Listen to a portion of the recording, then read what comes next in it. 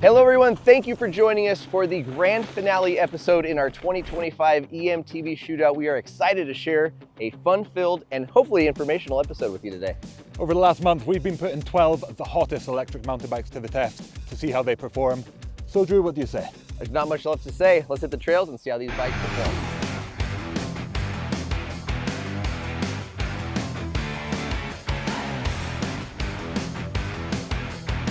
This year we traveled to Zion Mountain Ranch here in Utah, just a couple of miles down the road from the east entrance of Zion National Park. They have a pretty awesome trail network that has been built by the ranch and trail building crews. And there's also a number of really awesome trail networks and riding zones within a short drive away, and just seemed like a great place to make a home base. They've got beautiful cabins to rent with amazing views out over the canyon, great trails nearby, buffalo horseback rides, and of course, a delicious restaurant with homegrown food that has kept us well fed all week, even though we've been burning a whole ton of calories. So thanks to Zion Mountain Ranch. Of course, we couldn't do this big series without the support of our other partners. Fox Racing helped keep all of our riders protected with helmets, padding, as well as looking good with their stylish new kits. So thanks to Fox Racing. All of our test bikes were equipped with Schwalbe tires. We are running their new radial construction tires. We ran the Albert Gravity out back and the Magic Mary Gravity up front. Not a single flat, despite lots of bad lines, competitive race runs, and just general recklessness out on the trails, I think. So quite impressive. Thanks to Schwalbe for the support, and also Velocirax for helping ensure that we could transport all these heavy e-bikes from trail to trail. So thanks to all those partners for making this happen. Now I'll quickly introduce our testers here. You might recognize us. I'm Drew, Cole, Sean, Robert. Over here on the opposite end of the couch, we have Leonard. Leonard is one of our members and won a chance to come out and be a guest tester on our trip. We have started a new members platform where we're doing a ton of giveaways, offering exclusive discount codes, and giving members a chance to test and review products that they get to keep and get published on our website. So the grand prize, of course, for some of those members is the chance to come out and be a guest tester. Leonard, you are the king of hot sauce. We got this bottle of hot sauce for you here. I hope it's a small token of appreciation. This man, he's got a little pocket sauce he brings with him to every restaurant we've been to, every meal. He's like, I like it hot, it can't be hot enough for me. So Leonard, thank you so much for the support in being a member and also coming out to be a tester with us. I appreciate it. All right. Cool, that's a very interesting hat you're wearing today. Little points tally challenge. If you break apart, you have a crash, you do something wildly stupid, you get a point. I didn't break any parts. I don't care about the point. I don't want to land in cactus. So my punishment is to wear the giant buffalo hat. Or Yeah. the mini buffalo hat, I guess I should say. It is, yeah. Looks Yeah. great. 100% blaming that on the pedals. No one saw it, right? So I don't get a point. Don't tell anyone. And I think I will say, Leonard, we spared you, but I should be wearing the hat. this guy by far, he took the most crashes. So I think we give him like, I don't know, the biggest heart award, because I think after half the crashes you took, I'd be like, I'm taking a rest day, guys, I'm out.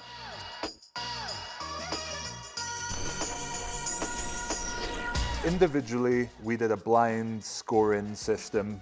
So we created 9 categories from, the value of the bike, how it looks, quality, descending performance, climbing performance, drive unit, and we each gave them a score out of 10. We then took the average of those scores and basically came up with a grading for each of the bikes in pure number form. This, I wouldn't say, is the best way to do it. And we're not going to award one bike based on that number. There's so many different styles of rider to take into account. So instead, we've also made 3 different awards for which we've each chosen 3 bikes. That's going to be the best do-it-all e-mountain bike, the best bang for the buck e-mountain bike, and the editor's pick. For each of these, we've written down 3 different bikes.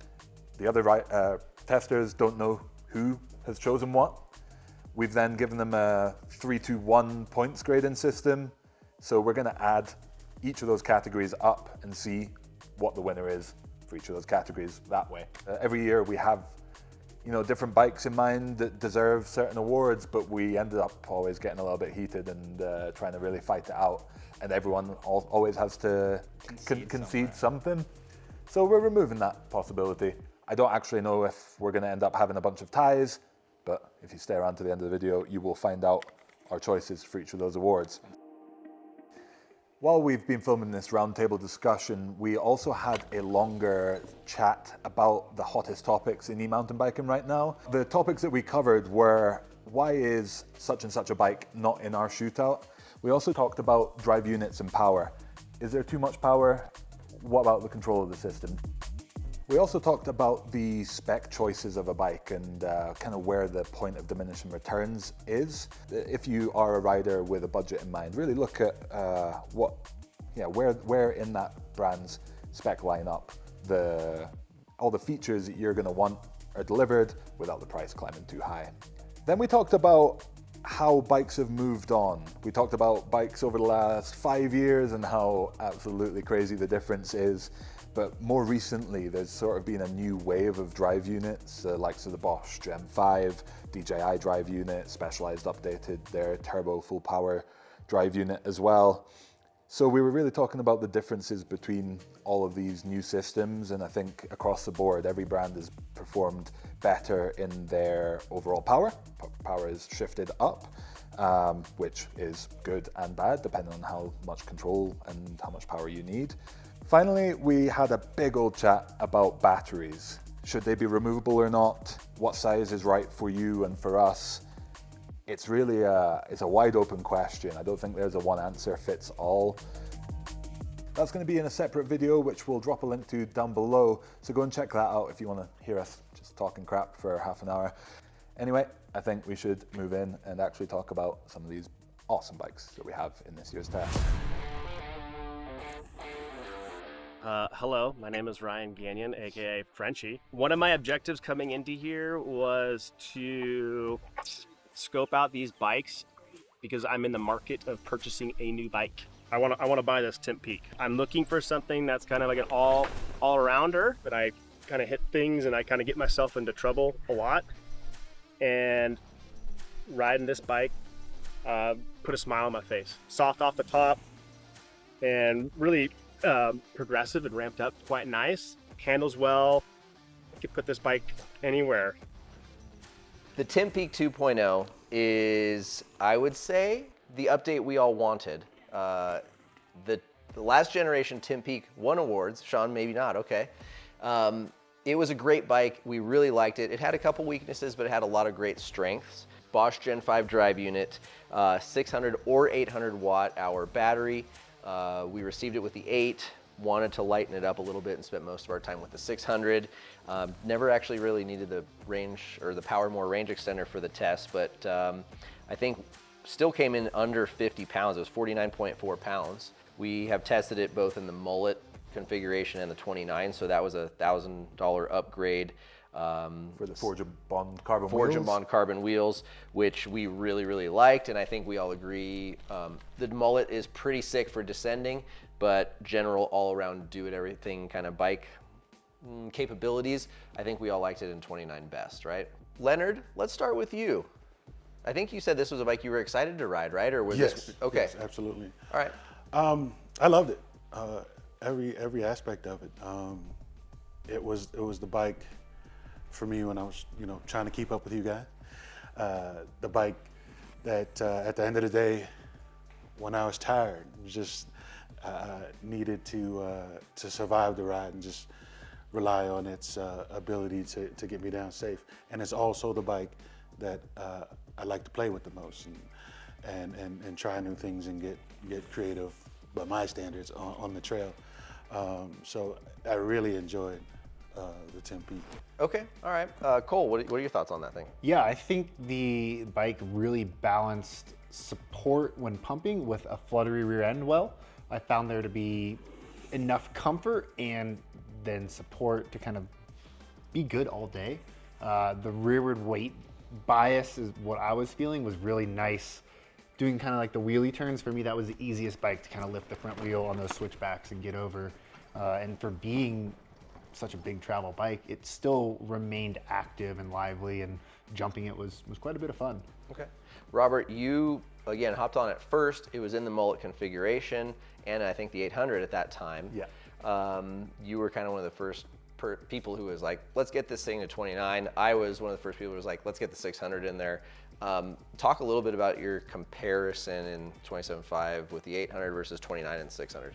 I wanted to push for the 29-inch wheels to start with because following my initial rides, that rear weight bias that you were talking about, Cole, was just a little bit too prominent for my preferences. So climbing really steep terrain, you know, with a saddle height that ends up being super high because I've got really long legs, I just found that it was a little bit hard to control the front end on the bike, and I was curious to see if a lot of the playful aspect would still be retained with the 29-inch wheels, which to most of a degree it was. For me, was just a much better all-around balanced bike with those 29-inch wheels and a long chainstay setting. The high-low BB setting with the 29-inch wheels then offered quite useful possibility to tailor the handling to my preferences for the day. Leaving it in the low setting, it still is quite a nice low integrated feeling on the bike. And then going to the high, you just get a little bit more agility and playfulness out of it. So it's really nice that Ari's built in so much adjustability that way. The 600, 800 watt-hour battery consideration, I always find it really interesting. You do just have to choose. Do you want that more planted feeling and bigger range, or do you want that more agile handling and sacrificing a little bit of range? That's going to really be up to you as a rider to choose. My preference for the feeling of the bike is definitely the 600, but I like to do bigger days, so I'd probably end up opting for the 800 if it was going to be my bike. Okay. Sean, thoughts from you? I wanted to like this bike because I really liked last year's model, but this year I kind of felt like it just landed middle of the road. Like it didn't excel anywhere more than some of the other bikes, but it wasn't worse. Like it climbed well, it was comfortable to climb, it was comfortable to descend, it was fairly nimble-ish. It was definitely more fun on like the Maestro DH, where it's just high speed jumps and you don't have a lot of switchbacks to deal with. Okay, all right, fair enough. I think it's quite notable the different feeling that this new bike offers. It's a lot more planted and supple and comfortable and more, you know, rough terrain friendly, whereas that previous one was a lot sharper and more agile as a result. It was certainly more playful. It was more playful for sure. I think maybe a little bit higher in the BB as well. But I do feel like if you weren't trying to set up this bike to get the best performance, which for us is typically descending, you know, rough terrain ironing ability, you could probably use a little bit less sag or run a bit more compression on it, firm it up in the rear to restore some more of that agile, playful nature of the previous generation one, run it in that short chainstay setting, the high BB setting, mullet wheels, and probably still be able to just get a much more refined and dialed feeling version of the previous generation Timp Peak.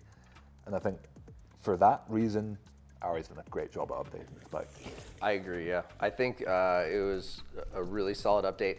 And, you know, while I also, you know, might miss some of the really nice pros of the last gen bike in terms of the poppy feel, the playfulness, that short, just snappy rear end that you could whip around. I personally like the new one a little bit better because, you know, while those things were the great attributes of it, the downsides were that kind of spike in energy through the pedals and kind of buck in that rear end when you hit really hard, fast, repetitive stuff. And that has been greatly improved on this bike. So I like the new bike better. I think you've got the ability, like you said, to tune it to be a little bit closer to the last gen, but then you've also got the ability to make it a really capable plow-ready machine. And to Leonard's note, right, it's a bike that I think a lot of just general riders are going to get on. They're going to feel safe, they're going to feel confident, but they're not going to feel like it's too sluggish and overwhelming for them, right? Even on your home trails in northern Indiana or Minnesota, where you might not have the 15-minute descents like we have been finding here. Right. Yeah, definitely. If you're going to have one bike, that's the one I'd go with. Before we get into the next bike, do we want to share our totaled up score for what it's worth? Sure, I guess we could do that. Don't know what this means. 8.359. 8.359, okay. We're getting into that small separations between them. Right now, we're gonna get into the Crestline S180. The Crestline is a bike I have been bike nerding over for a very long time. Mostly just due to liking small brands, and I'm a big fan of what Jimmy does at Cascade Components. It's not disappointing. It has a very balanced weight distribution. The Ari, which I was on previously, felt like a lot of that weight was further back on the bike, which made manualing and wheeling easier, but this in the corners is a lot more confidence inspiring right off the bat. The Crestline downhill was pretty awesome too. It was comfortable, real confidence inspiring, even though I crashed on that one. All right, so moving into the Crestline S180, it is a 180 rear, 180 front, 27.5 or 29-inch wheeled bike, and at the time of ordering, you do need to choose that because it is not trailside swappable. It features a host of RockShox suspension. It's also featuring the new Bosch Gen 5 motor with, in our group, the updated software delivering the maximum amount of power available out of that drive unit.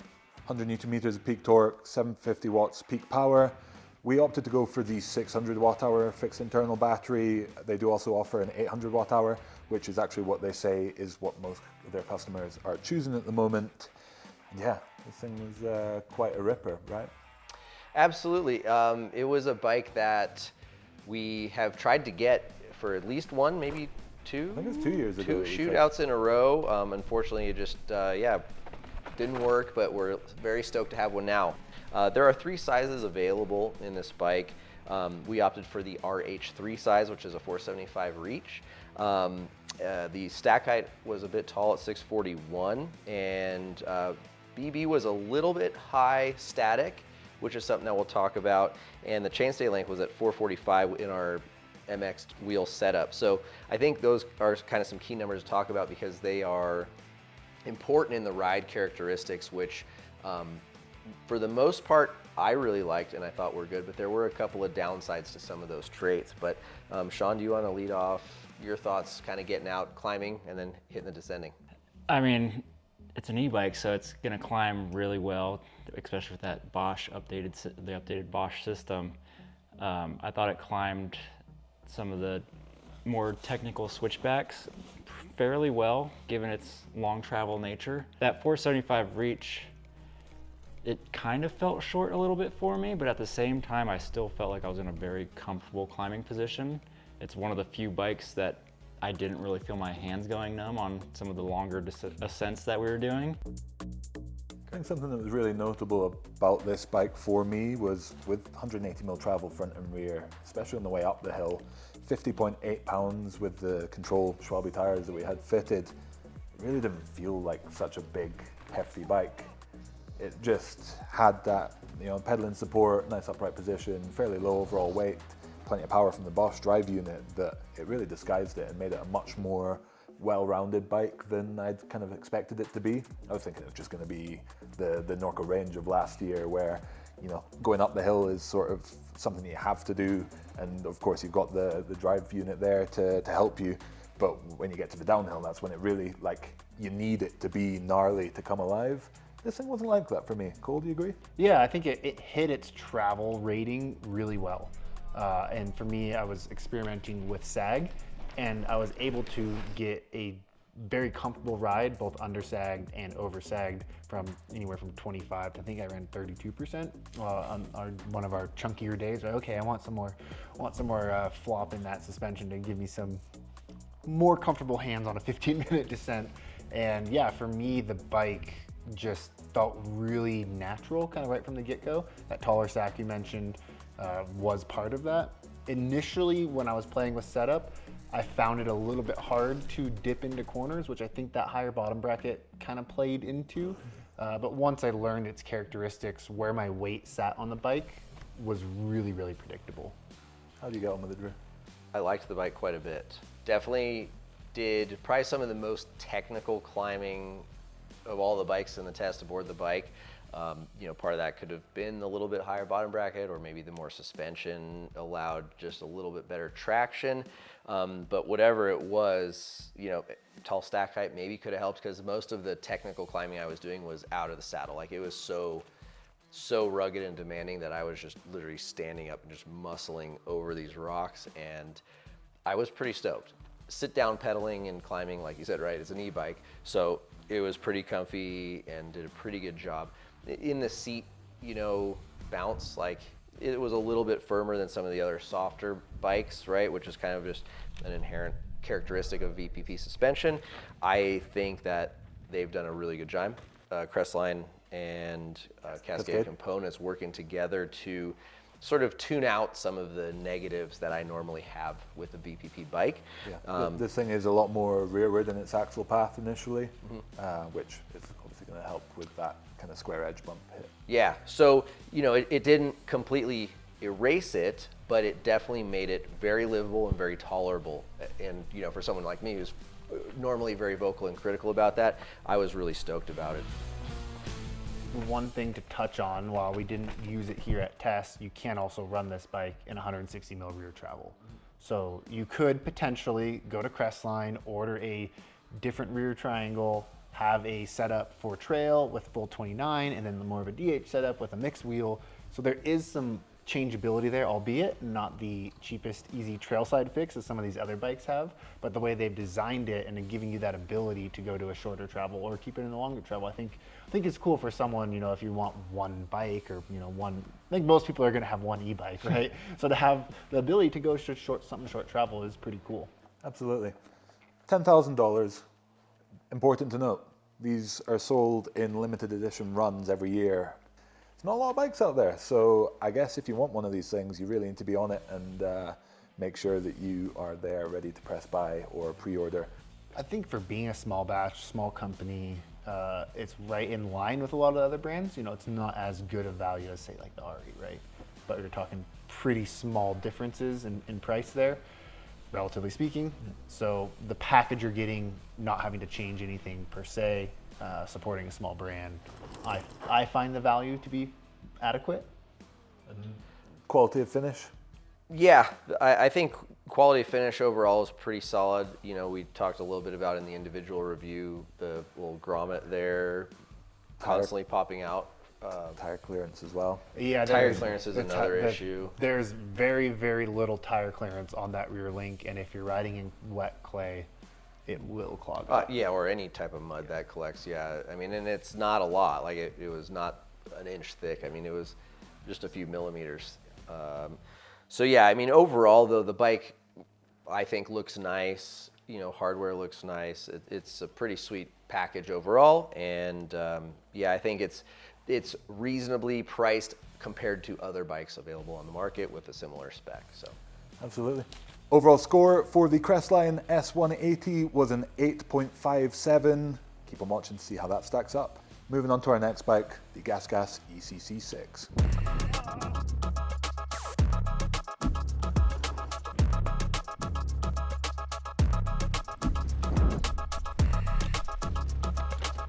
So the GasGas ECC6 is the top of the line model that GasGas offers. It is a 160, 170 29er. It features SRAM's Eagle powertrain, the only bike on test with that. Has 90 Newton meters of torque, 680 watts of peak power, 250 watts continuous like every other bike on test. And it comes with a 630 watt hour battery, which can be removed if you remove that plastic bash guard, if you want to call it that. 2 bolts, a 5 will remove both pieces, and it easily slides out. So the GasGas ECC6 is, as mentioned, the top of the line model at $10,999. There is a 5 model which comes in at $9,000, and the 4 model which comes in at $7,000. Now our bike is the only bike with Devo suspension powered by WP. The fork is an Onyx D1 CV, and out back it's got a Jade CV coil, making it work for a wider range of rider weights. That Devo stuff's really interesting with that damper. That cone valve technology Yeah, it's got its unique characteristics, which will save a little bit for the riding price. Takes a minute to set up too, a little bit. It did certainly take us that a little bit. Geometry on this thing is wild. This is our kind of standout geometry bike of the year, I would say. Stand out in more than one way too. Yeah, I mean, the fenders are, I'm all for them. They look pretty damn awesome. As somebody who's never ridden moto before, it's nice to pretend. So, chainstays 465 mils, super long. Stack height 663 mils, super high. The rest of the numbers fairly reasonable, but the overall wheelbase almost 1300 mil, which, you know, in our size large test bikes is a good chunk longer than the next longest bike.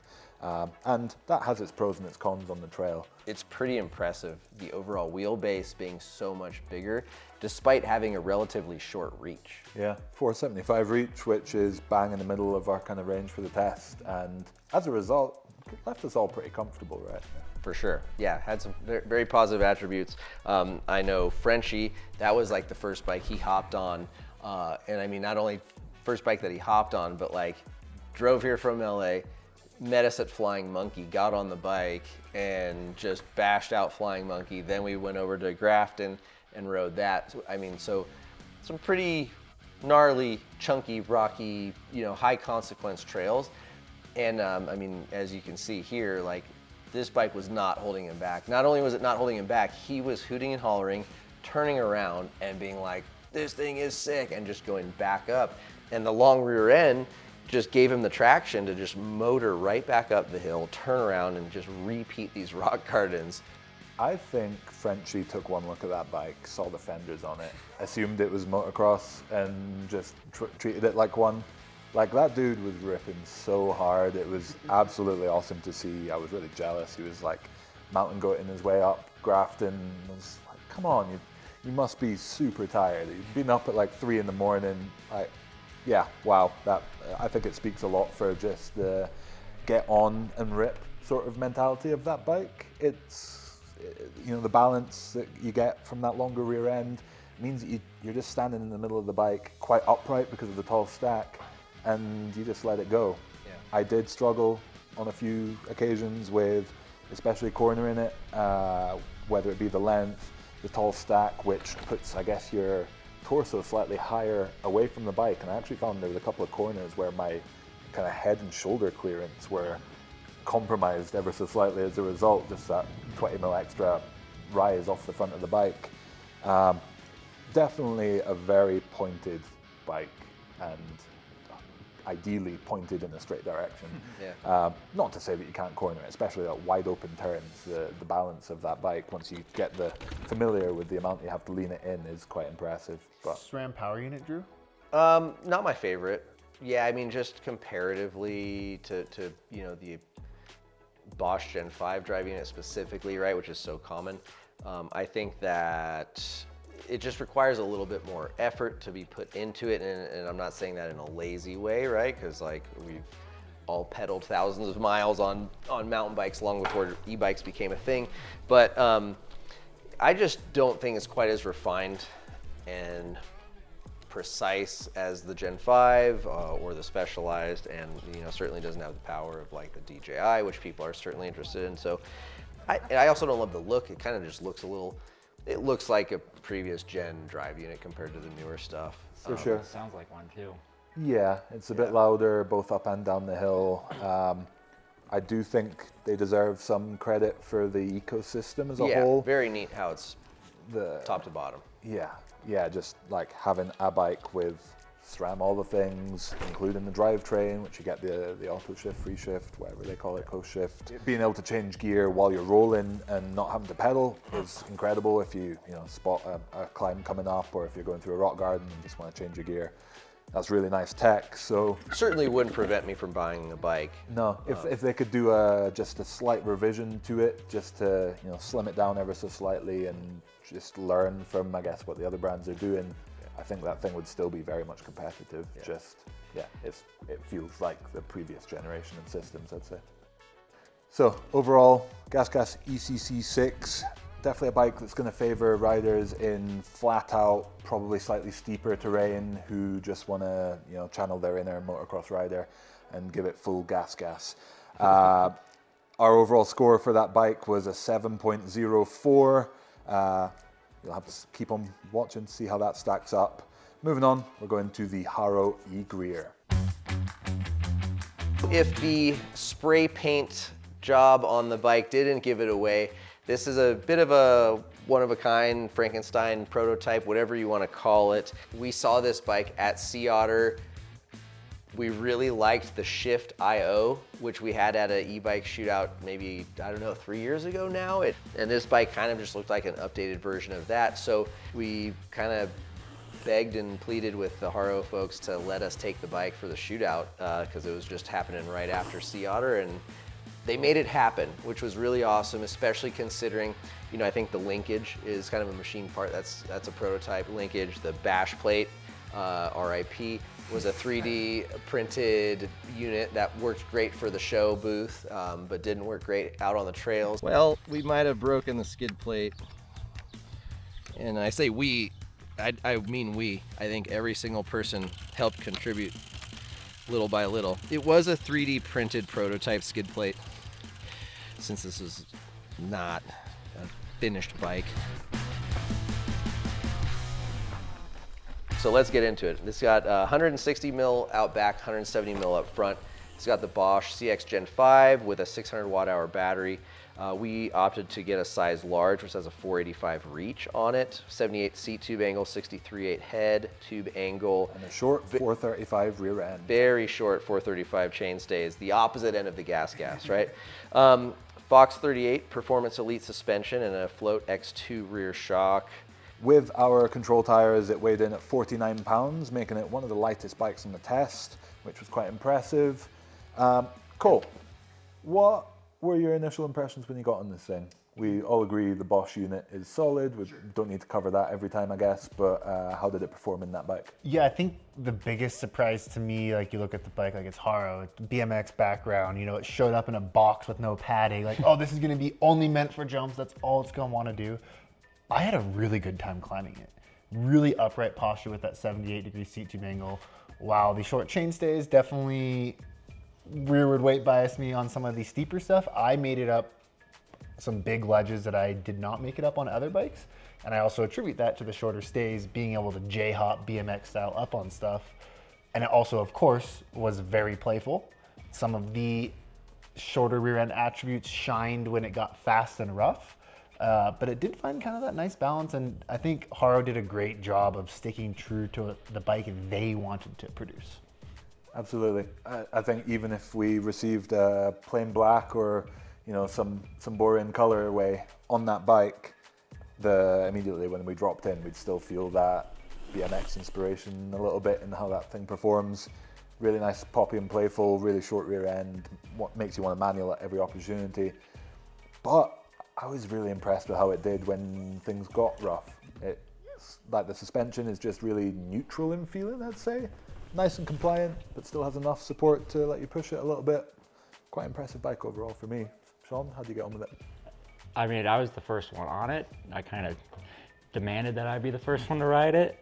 And I wouldn't consider myself to be a super playful rider like yourself, but I mean, that first lap, every single thing, I was just trying to air out and pop and play, and it was just the best time. And I mean, yeah, even the chunkier stuff, like you could avoid the rocks just by bunny hopping over them. It was that playful. I remember my first lap on it, Dustin might have even said something. He's like, well, you must be really enjoying that bike. So I think like the first 4 clips in a row, I went by the camera on the back wheel. Like it was just such a fun bike, but like you said, it wasn't only fun, it was also pretty capable. Like I got along well with the suspension platform. You know, I typically like horse link 4-bar bikes for the most part, and I think they did a really nice job making a platform work. Tight switchbacks, you know, the short stays combined with the really impressive control and delivery of power on the Gen 5. Like it was the easiest bike for me to kind of like practice my little wheelie switchback turn moves, getting that back end up steppy ledges on technical climbs.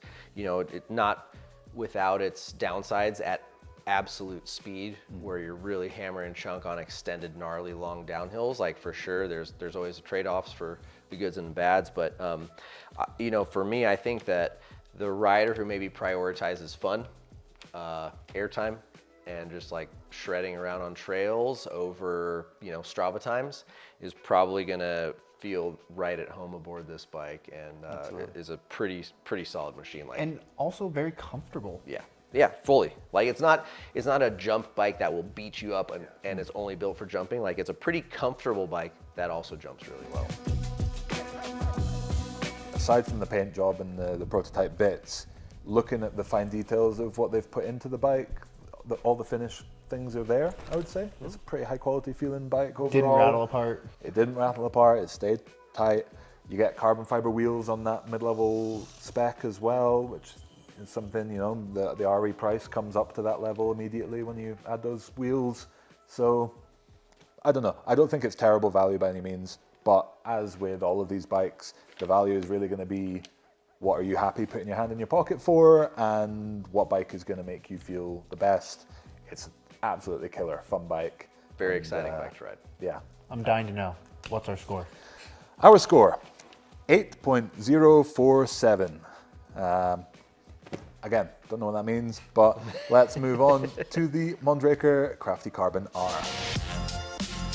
The Crafty Carbon R is the most affordable bike in our shootout at $7,200. There are 5 specs available. We have the R, which is a carbon front triangle and aluminum rear end, or aluminium if you live in the UK. It is a dual 29, 150, 160 bike with the Bosch Gen 5 and an 800 internal battery, which can be removed. It's not like a quick, you know, pull it out and go, but it's a pretty simple pull out. It's a bolt. It's a long bolt, but it's a bolt. Just one. Yeah. So something you can do in the parking lot. Yeah, it comes in a like sub 5 minute window where we consider it actually removable, not like you can take it out, but it's going to take you half an hour in the big Haynes manual. Yeah. Downside to that though is that the down tube cover is attached to that battery. So if you want to swap batteries, you're gonna have to swap the cover too. So something that is really exciting about this bike, at least for our size and style of fit preference, they offer a medium large. A lot of brands have pretty sizable gaps between medium and large. 5'11" to 6'2"-ish for most of our guys. We tend to like shorter bikes in the 480 range, so wouldn't you know it, the medium large is exactly a 480, so we liked that. 647 stack, 77.95 seat tube angle, and a head tube angle of 64.5, which is a little steep. On the steeper end, but given it's only a 150 mil travel rear, I think it's a fairly fitting number. Yeah. But that chainstay, pretty long. Chainstay is a bit long, absolutely, yeah, at 455, not quite GasGas level, but it does share some similar ride characteristics, I would say, and confidence and climbing capabilities. So moving into, I guess, the rest of the bike, Fox grip performance fork and a Float X LV rear shock. Rest of the spec is kind of Mondraker's in-house brand is called On-Off, and the Mavic E D-Max wheels, which is the only set of D-Maxes I think on the group test here. But overall, I think it's a pretty decent spec for the price point, For sure. and a bike that I think we overall had a good time. Welcome back, Leonard. Mondraker, let's talk about your experiences generally climbing, getting this thing out on the trail.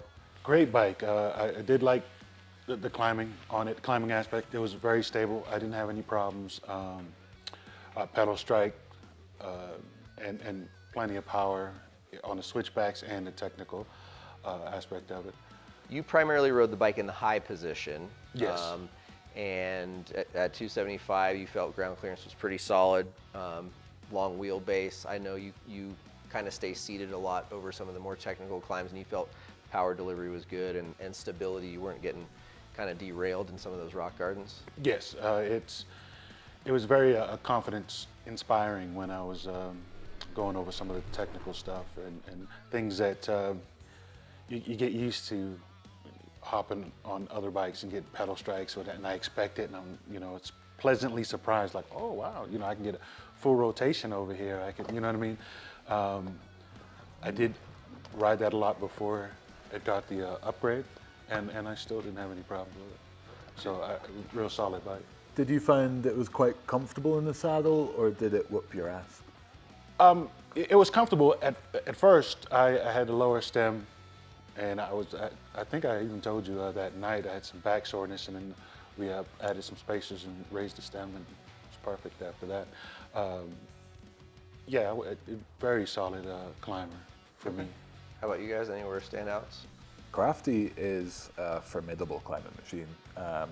It's, I think the longer chainstay combined with the supple suspension, even when you're pedaling, just combine. Yeah, you don't. The ground clearance was okay, not fantastic, but when you have the power and the overrun, you can get around a lot of pedal clearance issues. I find just by revving it up, getting your speed going, and then letting that more supple rear end. And I think many of the bikes on the test take you through those sections. And because the longer rear end puts you more in the center of the bike, you don't have to be fighting the weight balance the whole time. You just kind of keep your core a little bit more stable and let the bike do its thing. And Yeah. Cool. I would say for me, the parking lot test was like, oh wow, the feels like really upright, tall. And that for me translated to finding it a little hard to dip into corners. I'm not sure if that's the stack number combined with a little bit longer rear end that it didn't gel for my style of cornering. I've kind of started to gravitate to be more over the front wheel. But the rear end and that suspension in doing the huck to flat, when I did it after I think whatever bike it was, 5 or 6, I was like, oh wow, that was really nice. Like that was quite comfortable, and I was, oh, let's do that again. And one little anecdote, I cleaned all the bikes before we did details. That was the hardest bike to get in to clean around the linkage and everything. Really? Yeah. Harder than the Crestline. And the mud Unno. that's still in there. And the Unno? Yeah, I don't know, maybe, that might have been one of the last bikes. how much of that do you think is the fact that it's white and you can see the dirt that's still True, in there? that very much could have been, but I was like, this will not come out. But that was just anecdote. Like, It's a classic consideration of a dual link bike, right? There is more pivot points and crevices and linkages for you to get in, about, and clean. In this case, I think the ride characteristics kind of go some way to justifying having those extra pivots, because for a 150, 160 mil bike, on the way down the hill, I was really quite impressed by this thing. I would constantly forget that it was a 150, 160 bike. Like, just some of the stuff, just sending them deep is like, I was like, man, this can't be a 150 bike. It constantly wanted to be overridden that, and it made it a fun descender.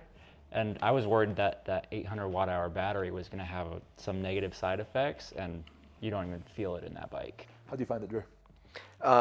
Quite impressed, actually. Yeah, I think in the individual review we went into a little more detail talking about how I value a supple and soft suspension platform.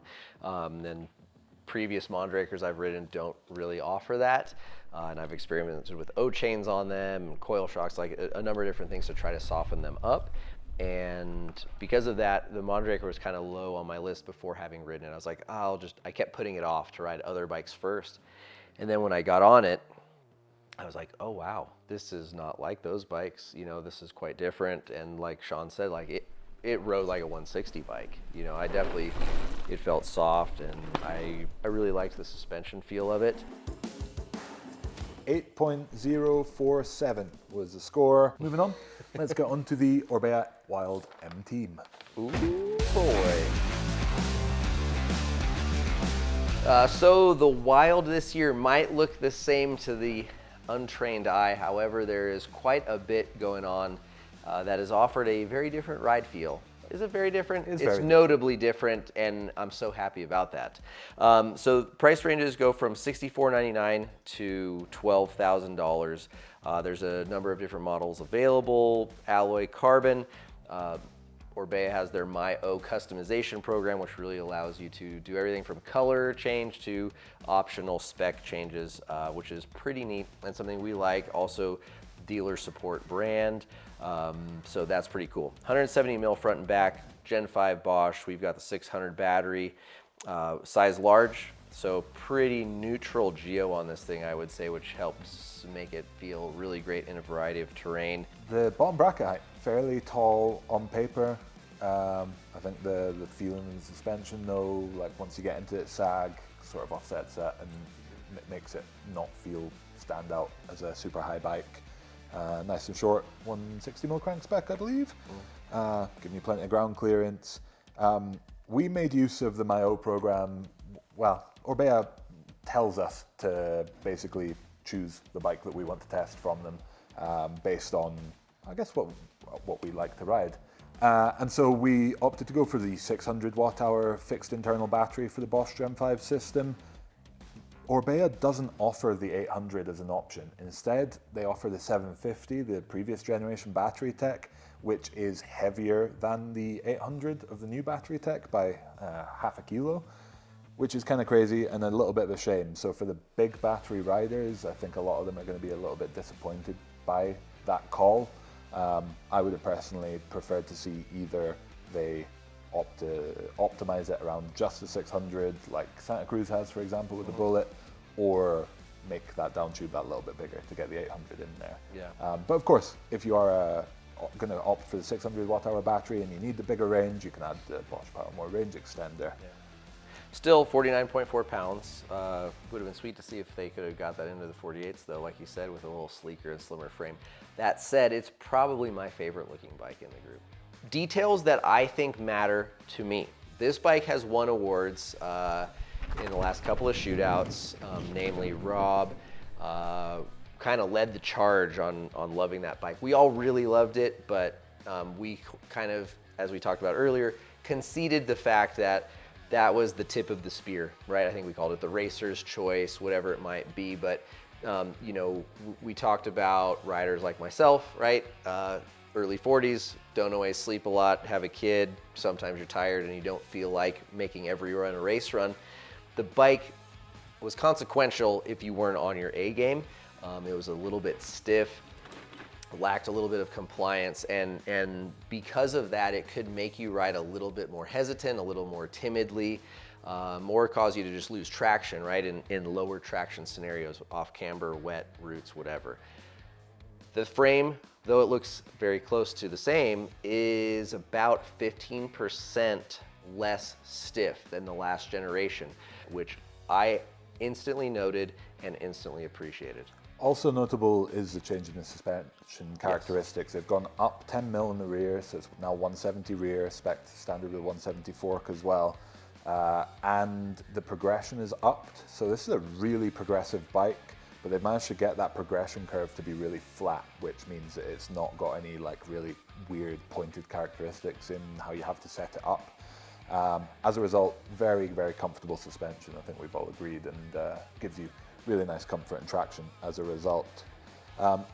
Also important to note that 2-bolt mounting system on this Orbea, we actually had some issues with it. At some point in time, there's like rubber grommets that help to isolate the drive unit and keep it in place, and one of them left the chat and it is nowhere to be found. So now there's a little bit of movement in the system relative to the frame, which is a shame to see, but I'm sure if we were consumers and we had the time and we were able to reach out to Orbea, they'd be able to get a replacement mounting bolt or whatever is required sorted out in quick time.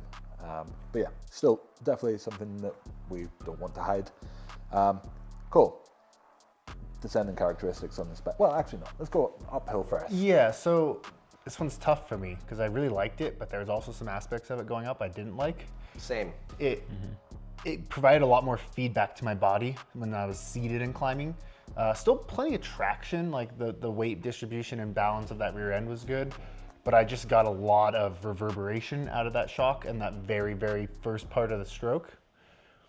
So for me, it wouldn't be my pick to do a big backcountry epic on. However, if I was racing a enduro e-bike race, it would be my pick. It was my fastest bike going down the hill by a decent chunk. But within that time, what I found was, whoa, when I am kind of out of my comfort zone, my window for air and movement on that bike was really high. So when I was pushing really hard, I didn't find myself fatiguing and falling too far forward. So that upped my confidence, reinvigorated my spirit, and I was able to charge harder. And just the way that my weight sat on the bike felt dead center. It was just a really confidence-inspiring bike, and just smooth, kind of it gave me the most flow in and out of corners, which is is very interesting because was to me a totally different bike going up. Yeah, I found myself slowing down rebound quite a bit. Like my first time, I think there was even some clips, like maybe Dustin was on the side of the trail and I was like, dude, like I've been climbing this thing for like the last 3 days. Why can I not make any one of these little rock gardens? Like I was like, boom, just get hitting stuff and bouncing all over. And I did find myself slowing down the rebound. And then I was like, you know, made some other adjustments to stem height. And I was like, okay, now I'm getting back into a little bit better of a spot. But it was a little frustrating at first because I really like technical climbs and I struggled with it. I got to a spot where I was happy with it, but it's not my favorite technical climber, specifically loose marbly rocks, like rocks that are, you know, moving underneath you. It was hard for me to kind of just get that thing and keep it online. That said, I'm more than willing to pay the price for that, as much as I love techie climbing for how it handles, performs, and eats up the chunk on the way down. I was very, very surprised at how much I liked it, especially coming from last year where I didn't really care for the Wild, just because it was so on-off.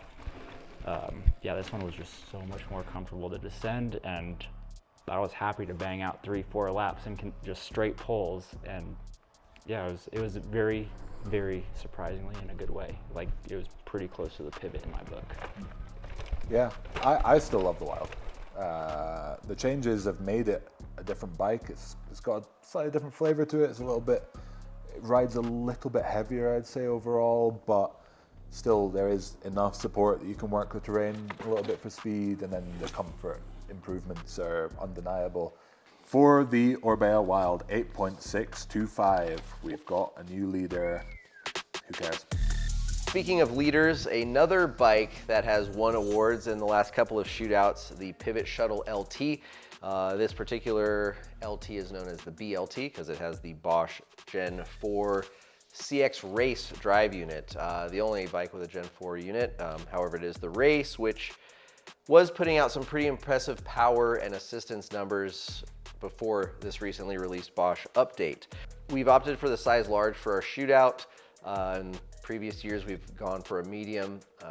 We decided to experiment with something new. We do still have a size medium at home, which Sean and I put a bunch of time on leading up to the shootout, so we still like the medium a lot, but the large definitely has some pretty awesome riding characteristics as well. So now it's got the 750 watt hour internal battery, it's got mixed wheels only, and quite a pricey range of builds.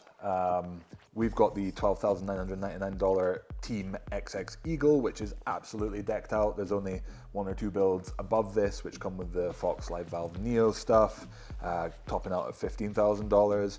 You can get it at $86.99 with a Ride SLX XT, which is actually a pretty solid build, just maybe not quite delivering the level of flash that you might want to accompany your pivot frame. But yeah, 160 rear, 170 fork. It's similar, but different to last year, for sure. Yeah.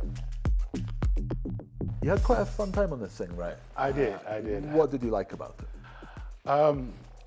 Just the handling, especially downhill. I don't get the opportunity to ride many mullets. So cornering on the berms was lots of fun. Just made me feel aggressive, playful. With that being said, did have a hard time on the technical climbs. But you know, if this was my personal bike, I have a built-in excuse not to do them. You know, so you know, with pedal strikes and things of that nature, doing technical climbs, the mixed wheel set kind of got in my way. So with that swap to the mullet wheel setup, bottom bracket heights have dropped, head angle's a bit slacker as well compared to the outgoing model. For me, that did lead to some problems climbing tech as well.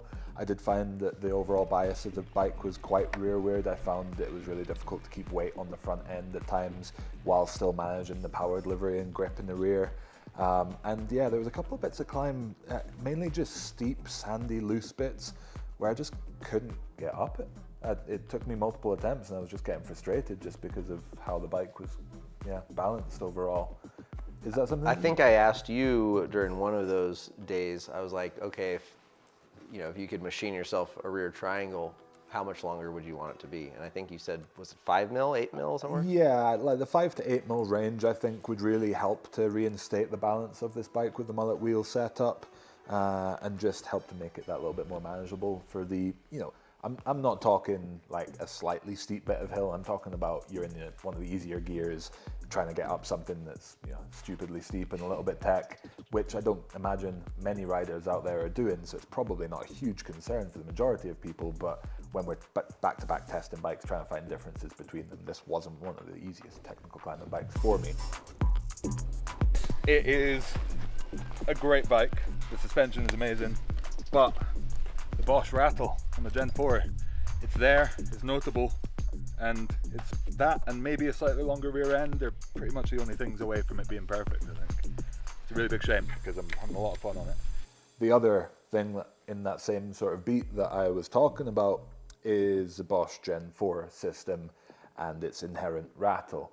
Not something that in the past we've complained about that much, because it actually stacked up pretty well compared to the competition for how quietly it ran on the descents. But now that we've got these new systems, the Gen 5, the DJI system, the rattle is notable, and it does really, to me, detract from the overall ride experience on the way down the hill, which is a bit of a shame to say, because the rest of the bike, the suspension characteristics, the overall handling package is awesome, and Pivot always does a great job there. Cole, what do you reckon? Yeah, I mean, to start out climbing wise, for me, the bike felt really long out front. Just seemed like it had a longer top tube with a little bit slacker seat angle, and is one of the bikes that my hands went numb, on top of the kind of 2-stroke power band of that Gen 4 motor. Like that's the first race motor I've rode. So I was like, okay, like we're gonna need to like power down and understand the bike a little bit more. And then transitioning over to the descents, that longer front end feel had me not as committed into some of the corners and had my front wheel pushing. If it was my bike, I would actually size down to a medium, get a little bit more compact overall bike to kind of match that shorter rear end and just give me more balance. With that said, the DW Link, I get along with that in corners. It's super predictable.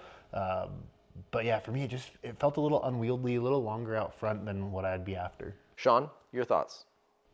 Gosh, that thing is so much fun. It took rider input very well. Like there's a few corners where I went into them way too hot and would end up blowing them, and on the exit of those corners, just tombstones. So it was easy to hit the corner, blow it out, and then just hop over it because the bike is fairly light, all things considered. And I mean, it inspired me to want to just do full pulls, and because of how comfortable it was going downhill. And yeah, it provided a very, very good time. For me, $13,000 for a bike with the previous generation drive unit and the considerations there, I'm gonna struggle to justify that if I'm putting my hand in my pocket for that much money, not to have the latest and greatest. Even if the rest of the bike is so awesome and so fun to ride, it's a tricky one. And I feel like a lot of people are gonna agree that, if you're spending that much money on the bike, you want that Gen 5 drive unit. Yeah. So let's just say you woke up tomorrow and the Bosch Ferry came and dropped a Gen 5 drive unit in that bike. What would complaints, where would that bike move for you? Oh, it would rocket itself right back up there. I think I'd prefer to take it back to the 29er days. Yeah, okay. Or just have a slightly longer rear end. Okay. One of the two are going to help to reinstate that balance that I preferred from the previous generation one. To me, this bike is both capable and very, very fun. I want a bike that's going to perform. I want a bike that's going to have good suspension that I enjoy riding. It's playful, it corners, it hammers through the chunk. And this bike does that for me so well. I really like the bike. I still do. It'll be interesting to see what the consumers say now that the update is out, on how much performance matters versus like tech, because there's no doubt, people are gonna have to consider resale, and it's certainly an interesting topic of debate. For sure. And definitely one worth debating. Yeah. Overall scores on the board, 8.14. Still a very solid score, I would say, with all things considered. But that doesn't matter. What matters is the next bike that we have coming up, the Santa Cruz Bullit. So next up, we have the Santa Cruz Bullit, 170 mil front and rear, mixed wheel, 600 watt internal battery with the Bosch CX Gen 5 drive unit. 4 builds available, pricing from $73.99 to $11,899. What kind of carbon are on them? Well, we've got C or CC carbon, Rob. Thanks for asking. And one of those frames doesn't have cable routing ports, so insert ghastly gasps. Moving into the ride characteristics, I think the bike overall had a lot of fans here. So let's talk about the pros and the cons of the Bullit. Cons are low mode.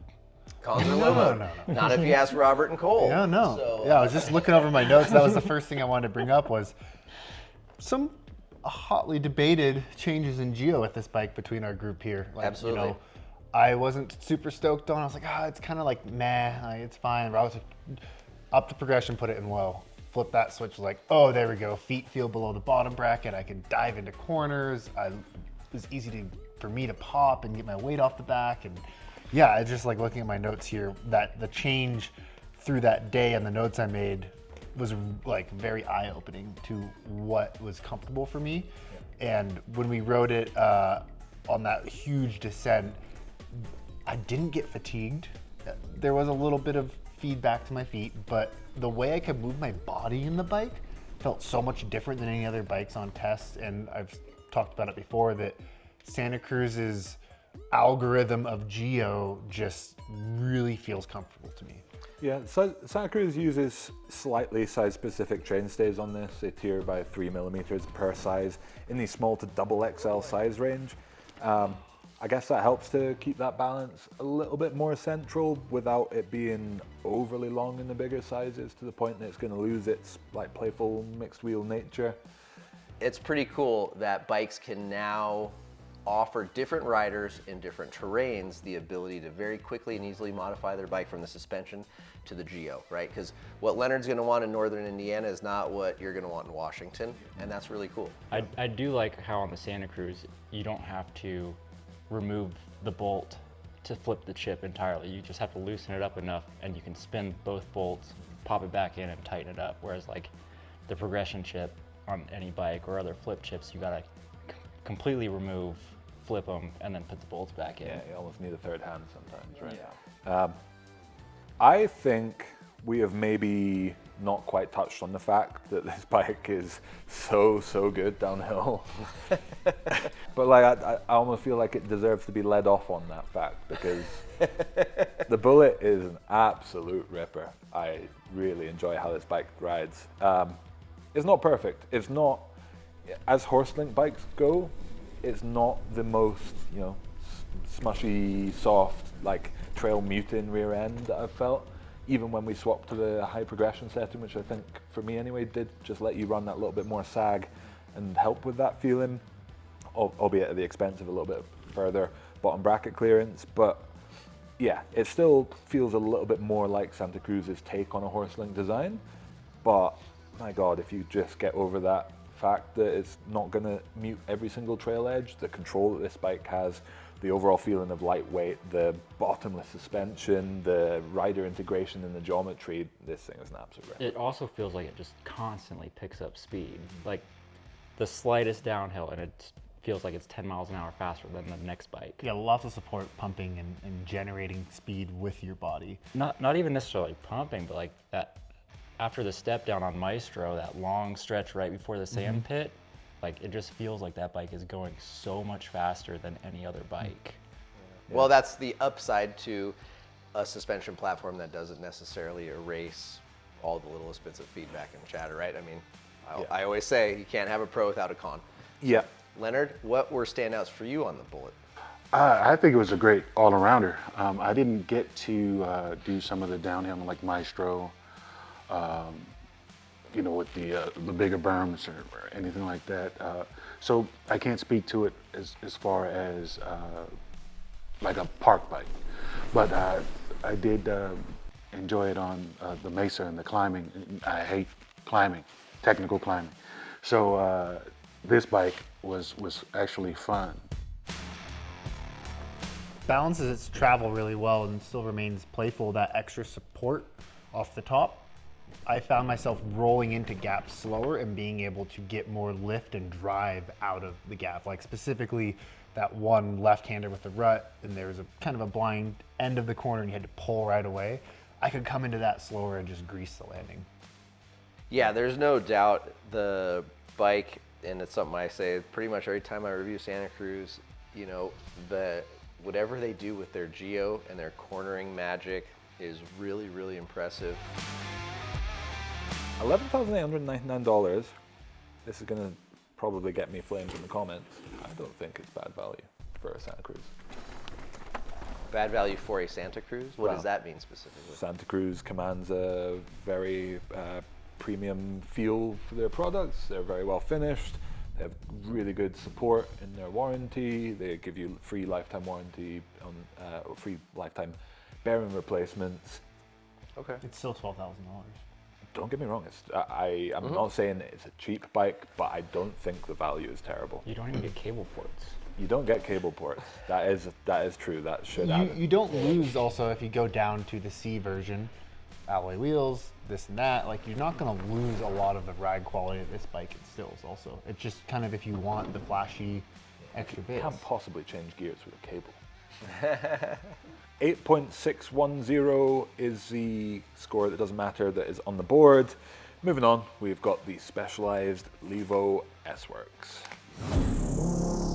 So as of right now, Specialized are only offering the Levo in carbon frame options. There are 4 available, starting at $8,000 on up to $13,500, which is what our S-Works model is. The S-Works model has its, I guess, unique drive unit. There are a couple little changes, but primarily it's the same drive unit, just with a bit more power. So with that package on the S-Works, you're getting, well, I guess they call it the 3.1 S-Works drive unit, whereas the rest of the units are the 3.1. 111 Newton meters of torque, 720 watts peak power, 840 watt hour, easily removable battery. Can be extended by a further 280 watt hours with the optional range extender. Charged by, now we haven't talked about chargers at all. I guess all of these other bikes have used 4 amp chargers as standard. Especially with the Bosch system. This uses, the S-Works comes with a huge power pack that has multiple different charging modes in it, one of which is an 8 amp fast charger. So, you know, for the same given battery capacity, you're going to charge your bike in half the amount of time, which is nice to see. Obviously not something you want to be doing all the time. It will eventually reduce the lifespan of the cells. But, you know, if you go out for lunch mid-ride and you want to get some juice back in the system quickly, really nice to have that option. Conversely, it also has a eco trickle charge, which could theoretically extend the life of the cells. So if you're not riding anytime soon, put it on that trickle mode and you'll have a nice slow charge, which is pretty awesome. And the fast charger rips. Yeah. And then in the integration aspect, you've basically got an Apple Watch display in the top tube of the Levo, and just quite nice and bright and looks good, and really cleanly integrated into that top tube, which is nice to see.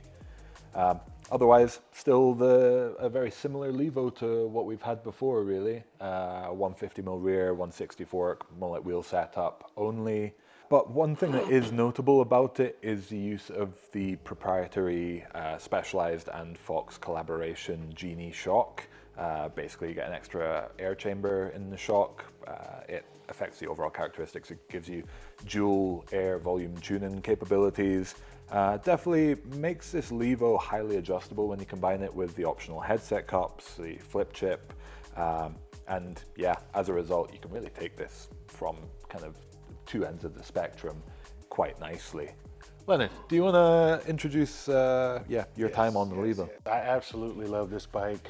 I can compare it to that girl or boy you dated in high school that you knew you wouldn't marry. She was gonna get you in trouble. You know, ex-boyfriend probably gonna beat you up, but you couldn't stop dating. You know what I mean? It just flew. I wanted to jump everything. I wanted to do everything on this bike. Climb. I didn't like climbing, but on this bike, everything was fun. I love the way it looks. I could do without the removable battery compartment. The gadgets, the fact that it has, you know, it's the only bike with that S-Works motor, so it has super cool feel to it. I love the toggle switch. It was different. I wasn't accidentally messing with it all the time and fiddling it. I didn't have a huge learning curve. So yeah, this bike is just enough to get me in shape. I like this bike a lot. I think it just sits in that space where it does everything really well, and it's one of those bikes that any given day, if you're on the Levo, like there might be a better bike, but you're also not ever going to be on a bad bike for the situation, I don't think.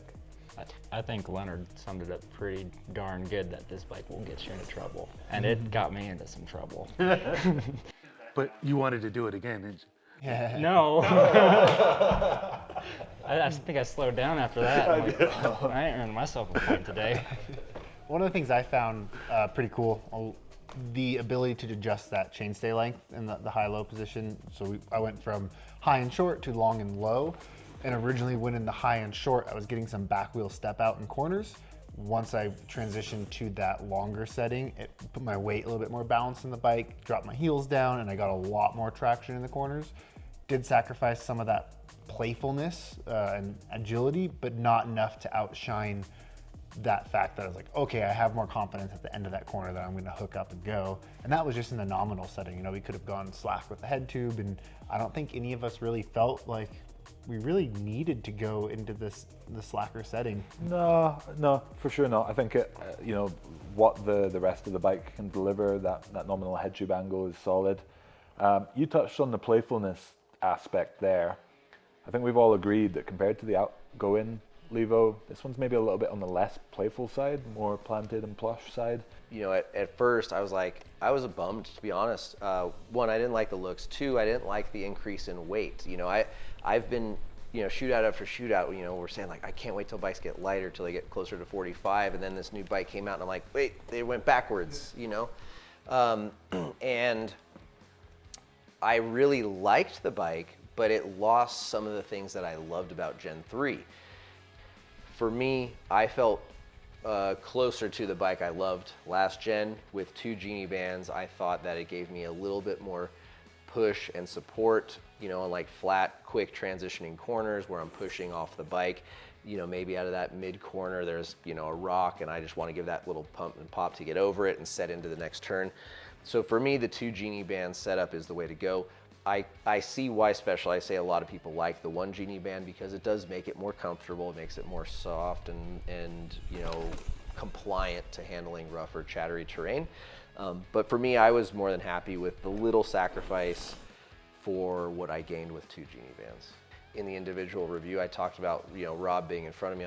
So he was on a 180 bike on a sustained 15-minute descent, and I was, you know, we were doing a top to bottom pull, and I was on the Levo behind him. You know, I don't think there's many 150, 160 bikes that I would want to just keep up with somebody who's skilled and fast on a 180 bike, and the Levo did it. I did the opposite of Drew on that long descent. I started on the big bike and then went to the Levo, and there was quite a few times that I forgot I was on the Levo, took the same lines at the same level of aggression as on that Crestline, and didn't pay the price for it. And I think that really backs up with just how capable this thing is downhill. Where does this stand up? When all was said and done, the scores that don't matter said that this bike was an 8.633, which is a new leader. Will the Trek Rail 9.8 be able to knock it off the top of the step? Let's move on to it and see how it performed. 160 front and rear bike, Bosch Gen 5, which most all of the bikes in our shootout have this year. 800 watt-hour battery, which is nicely and easily removable out the side. Performance Elite suspension. We got a 38 up front and a Floatex out back. Host of Mondraker components, GX Eagle axis, 53.1 pounds. Fairly neutral, well-rounded geo set. So a bike that I guess should probably sit pretty neutrally for most riders. Let's see how our crew feels that the bike did. It is a bike that, for me, didn't do anything exceptionally bad. It wasn't overly exciting, but it was one of my favorite bikes to ride. In this way that it molded everything together, the climbing traction and comfort paired with the confidence I got in front end grip going downhill, the rear suspension from the ABP system paired with the Float X shock was very alive. It just felt like it was constantly working to push the terrain away from you and just put a smile on my face every time, and was for me the most supple bike to climb, but inversely wasn't overly gushy on the descents. And that's kind of like what I said at the beginning, like it just, there was no big wow factor I felt, but every time I got on I was like, oh, this is sick, like this is great, I'm gonna go for a bike ride and not think twice about it. Yeah, that's very much it. I think you've captured the essence there. It's a bike that you get on and go and don't have to think about too much for me as well. It's not like super aggressive bike. You know, we've got some bikes here that are much slacker, much longer overall. This is a much more mild-mannered bike. The bottom bracket height is quite low on this thing. In fact, the lowest on test, kind of low. But otherwise, the head angle is not super slack, the rear end's not super long. You just sat in the middle of the bike. It, I think, climbs up tight switchbacks, not necessarily with like a lot of rock in there, but tight switchbacks you can whip around. But I thought the best of any of the bikes on test with it. And overall, I think the general geometry of the handling package is solid. It just didn't give me the wow factor that some of the other bikes did, for better and for worse. How do you feel on it, Sean? I'm right there with both of you. Nothing stands out, which, I mean, is, like you guys said, not great, but not bad either. It's just a decent e-bike. I will say that I do like it more than the Gen 4 model, which was not my favorite at all, but I mean, yeah, it's just, it got us up the hill, and I mean, going down was fun and produced smiles, which is all that you can ask for on a bike, really. How do you like it, Drew? I do like it. You know, it's the same thing. As you guys say, it's a safe bike. I think in the individual review, I might have referenced vanilla ice cream. I personally think vanilla ice cream tastes delicious, and I really like it. And sometimes you can't just beat a good scoop of vanilla. And I think Trek has got vanilla dialed. You know, and some might view that as an insult, but you know, there's something to be said about a bike, a car, whatever it is, a tool that just works for a broad range of uses, isn't very polarizing, and can just help a lot of people from a lot of different areas, backgrounds, abilities, get out and do what they want to do, which is have fun, be outside, ride trails in nature, and like have a smile on your face, you know. And this bike, like you said, it produced smiles. It was comfortable on the way up. It was capable on the way down. Reaching for gaps on like some of our rollers that we were eyeing up, had no problem going for it. You know, 53 pounds, it was a little heavier, and I thought it felt a little bit softer in the suspension feel, but I could have just had my sag off a millimeter or two on the day I was on it. The Trek rail, it's hard, like I don't really have anything bad to say about it. But there's just nothing outstanding either that commands attention. It's just a really good bike that will do a lot of great things for people. I will say something bad about it. $11,000? Yeah. Well, are you kidding me? Yeah. Okay, I was talking about performance. Yeah. The part spec for your money with this one isn't quite there. Trek's covered the details well. The frame's high quality overall. Trek dealer support is fantastic, at least from my experience in the past. I hope it's still the same. But if I'm spending $11,000 on a bike with mid-level components, I don't want vanilla ice cream. I want like French vanilla. No, I want like rainbow habanero, like something wild and exciting for my $11,000. Personally, but there's no denying that this is a bike that the vast majority of riders are going to get on and ride the vast majority of terrain with a smile on their face, because it's a killer all-rounder bike. Yeah, but fair enough. The value perspective is not strong on this bike, and like you said, yeah, for, you know, you don't want to overpay for vanilla ice cream, right? That's no it. matter if it's made from the nicest French vanilla beans in the world. It's still vanilla ice cream. The scores on the unimportant board for the Trek Rail 9.8 were 8.141, which is about in the middle. And as a solid all-rounder bike, maybe no surprise. Something that was a big surprise, for better and for worse, is the Unno Mith Pro. Okay, so the Unno Mith, we have sort of decided we're kind of slightly in between, leaning towards the Pro on build. We also don't have finalized pricing, but we're assuming it's 13.5-ish. It's 12,000 euros, which converts to the $13,500 range. Of course, that might change. Okay, we have a pre-production bike. Apparently the linkage is not actually correct and has been updated. We had some other issues with rubbage, both on the lower link, I guess, from the chain, which supposedly is going to be, or should be, I should say, addressed for the production unit. Also their rear little fender mudguard area, the tire would rub there. And then we had some electrical issues. Apparently early DJI units had some speed sensor problems when they were subjected to moisture. It rained, it got muddy, and we also washed bikes, so moisture. And to further the party, we had a Fox shock that just clearly wasn't working quite right, because we did manage to eventually swap it out once we figured out that it was actually a problematic unit and things improved.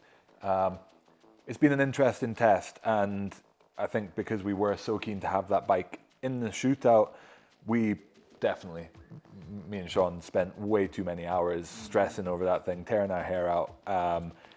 In the end, for me, it was all worth the effort, and I do believe that this thing is really special, but it's not been for everyone. It's had its small, well, maybe not so small challenges throughout testing. Drew, you, I've not seen you actually quite so angry as I have seen you on this bike. Maybe in the whole time that I've spent with you in my life. Well, you know what, it wasn't entirely anger at the bike. No. Obviously this bike is an exciting bike. It's a bike that we wanted, right? We were excited about having it and riding it too. We're bike dorks like all of you guys, and we want to ride the new cool stuff. That said, you know, when we come back from a really long day and you see two of your guys in a corner spending 2, 3, 4 hours a night when everyone else is socializing or doing this or that or whatever, and they've got a bike upside down and they're swapping drive units and pulling batteries and trying to chase down, you know, wiring gremlins, I got a little bit resentful, because I'm like, man, these guys are spending all these hours fighting this bike to try to get it to run, and then only to have it turn on and be like, I guess this is a tomorrow night issue. So by the time it finally got out on the trail, and I started riding it, I was not in love with the suspension feel. It was just a little bit rough off the top, and when I say just a little bit, I mean it felt like it was locked out. You know, we had sort of begged Unno to give us this prototype bike. We knew that it was a prototype. We were prepared to take that risk. Maybe we didn't realize that it was going to be quite so much work in the end. If we ignore the sensitivity concerns of the blown shock and the drive unit errors, I had an hour and a half ride on this bike that was potentially my best e-bike ride of my life. Going up the hill, the power was crazy to start with. I was struggling to control it, but once I got used to the characteristics, the control is there when you dial it down a little bit, and the geometry lets you kind of take control of that system.